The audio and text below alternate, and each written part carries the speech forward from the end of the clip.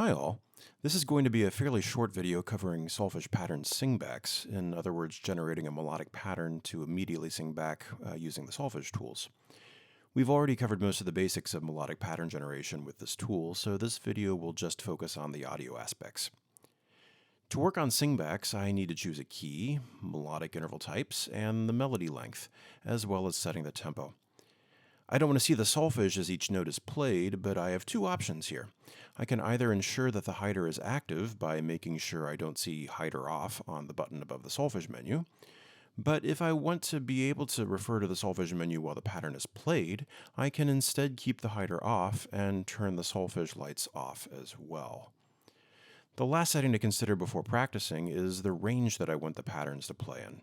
The ranges very roughly correspond to their choral equivalents. Alto is the default setting.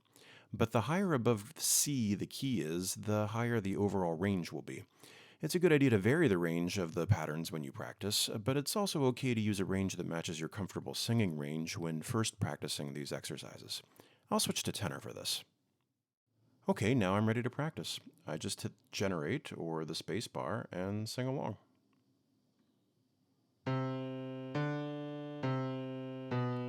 Do, re, do, ti.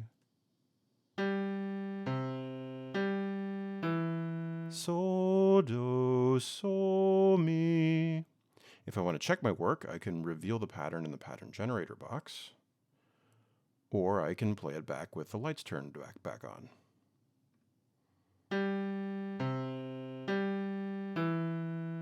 If the pattern was in a tough range for me, I can play it back an octave lower or octave higher using the designated buttons.